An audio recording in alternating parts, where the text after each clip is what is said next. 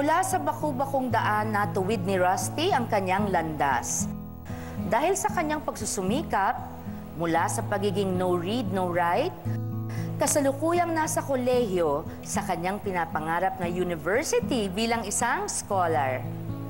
Isa rin siyang student leader, tagagawa ng tribal jewelry at musical instruments, tattoo artist, pintor, fire dancer, at higit sa lahat, nirerespetong tagapagsalita sa iba't ibang sulok ng ating bansa.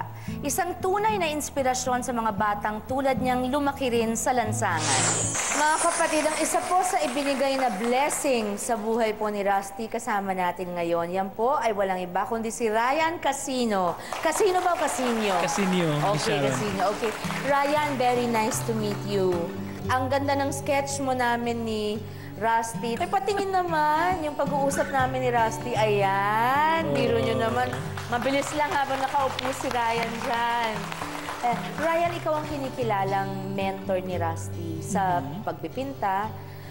Pwede ko bang tanungin yung muna, ano yung meaning nung pinaint mong batang ano ba itsura niya? Yung may dugo siya? Anong meaning nung painting? Yung painting na yun, isang half-face na naka-flute. Kasi yung nangyari, nag-pray ako na, Lord, i-bless mo naman to na painting kasi dito sa area namin, hindi naman ako masyadong na-sell ng artwork. So sabi ko, lahat ng manood nito, mabe-bless. So hindi ko alam, yun pala yung nangyari. Nagbago ang buhay. Oo. At ang original na painting na nakita ni Rusty, may nakabili na, di ba? Yes. At nasa Amerika na ito. At nabili sa malaking halaga. Hindi lang maliit. Talagang inulit lamang ni Ryan yung pinaka-basic na nakita ni Rusty para sa atin. Sana nga yung painting na yun nadala natin. Ang ganda-ganda siguro. Pero ito ngayon, anong nakita mo kay Rusty nung una mo siyang nakilala, Ryan? At parang, what moved you? Meron bang parang, may nakita ka ba sa kanya? Yes, yung talaga, yung porsigido niya sa pag-art, sa pag-flute kasi nag-flute siya dati doon sa Divisoria Park eh. Tapos and then, nag-usap kami and then I told him, ano ba yung plano mo sa buhay mo? Sabi niya, gusto akong magbago sa buhay ko. Kinuwento niya yung past niya. Kinuwento niya yung past. So yun, si Rusty kasi may hope sa kanyang sarili eh. Tsaka may vision. Kaya yun yung okay, let's go. Pagdasal natin to, ganun. Nakita mo yung focus niya? Yes. So, nung tinuturuan mo na siya, nakita mo may talent? May talent, oo. Ba, yun lang talaga kailangan niya, mentor na mag-guide sa kanya, di ba? Sa totoo lang po, itong painting na nasa tabi ni Ryan ay gawa ni Rusty kagabi lamang. Biro niyo? Yes, at ang ginamit niyan ay lupa. Lupa yung ginamit. It's a soil painting. Ang ginamit niya ay lupa. Pure po na lupa yan. Pure na lupa, soil. Yes, no? yes. Yung nilalakaran natin yung mga lupa. Aba, yung nilalakaran nating lupa na dati pinagtataguan mo. Hindi ba? Tinatanong ko to si Rusty. Sabi ko, Rusty, kasi dito sa Maynila, may mga 1 million street children na. Yung mga nakatira sa kalsada sa kasalukuyan.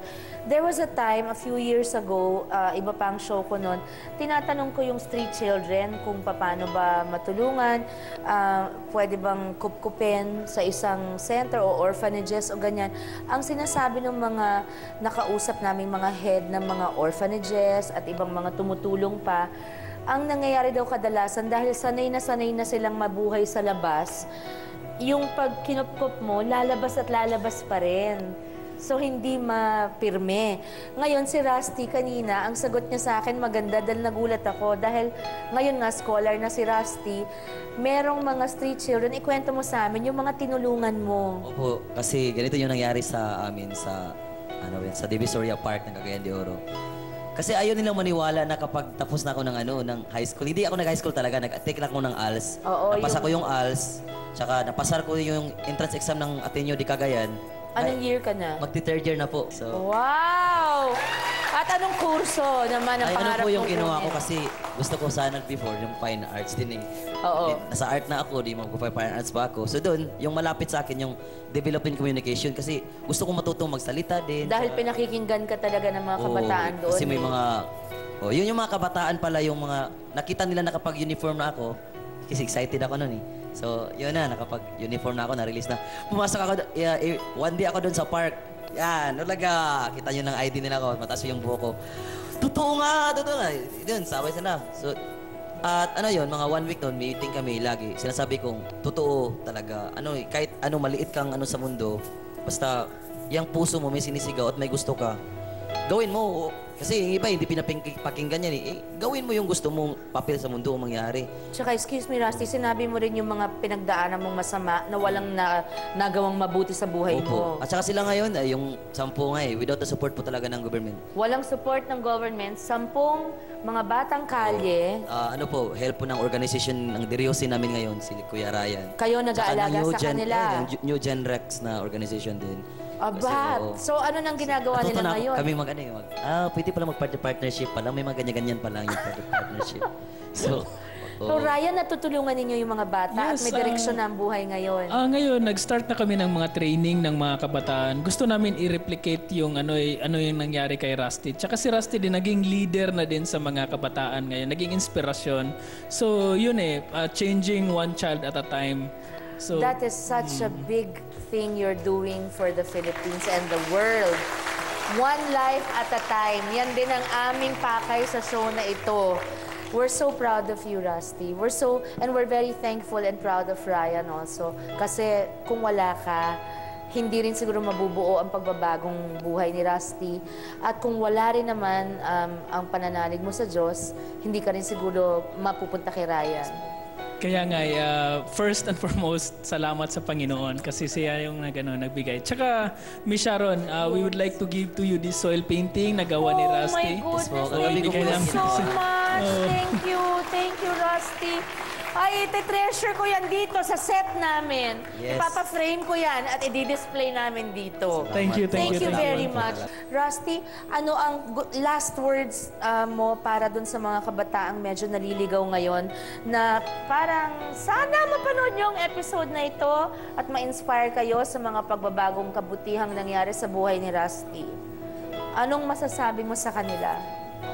Unahin lang po talaga yung Panginoon. Tsaka hindi naman madali yan eh. Pag nagdasal ka, idarating agad yan. Sa akin nangyari, process po yan eh. 6 months po dumating. Tsaka ko na-meet talaga yung nang sketch siya sa akin, familiar yung stroke. Hanggang nasa na-meet ko siya pala yung artist. So, yan. Ang mensahe ko sa mga kabataan ay tumayo sila. Kasi marami namang gustong tumulong. Marami nang nagsasabi na mag-aral ka, dapat ganyan ka. Pero yung iba pinaano lang Pasok dito dapat sa lang talaga, nasa puso yan eh. Kasi sa akin yun, wala namang nagsabi mag-aral ako o ganun. Parang determinasyon ko talaga kasi gusto kong makita na someday yung mama ko, papa ko na may sasakyan na. Tsaka pagkatapos ko, darating na yung mga ko, kamag-anak ko yan. Baka darating na yung lahat. Kasi nang pag first year college ko dumating na yung mga kapatid ko, may kapatid na pala ako. Kahit ako, wala talaga nothing now, something. Masaya na ako, kahit hindi pa ako nakapagtapos. You're really Naabot ko yung pangarap ko na makapag-aral ng kolehiyo. Imposible na yun. High school na yung ginawa ko at sabi ko, makabasa at makapagsulat. Ngayon, magka-college ka pa. Scholarship na. Oo. Rusty, bago ka naman namin at saka si Ryan i-let go, pwede mo ba kaming tugtugan ng konti sa flute mo? Ako hahawak naman. Ito po yung palipad sa akin kasi tayo po yung mga problema. Minsan hindi natin masasabi sa mga natin. So, ako, nagsusulat po kasi din ako na kanta at marami na po. Hindi lang pa po na So, ito po yung palipad po sa akin.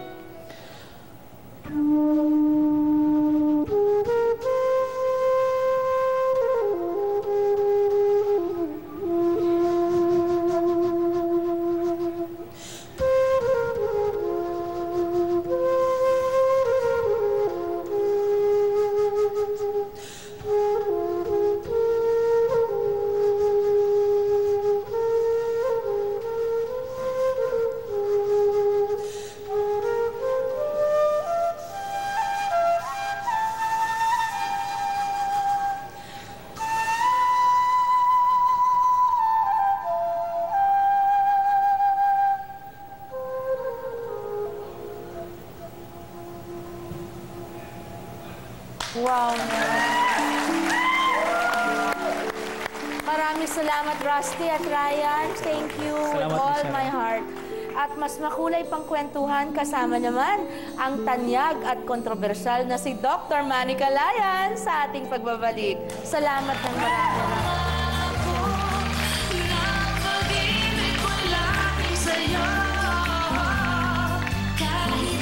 So, nung nag-asawa ako, ayun, medyo hindi sila masaya, frustrated sila. So, we have to live by our own.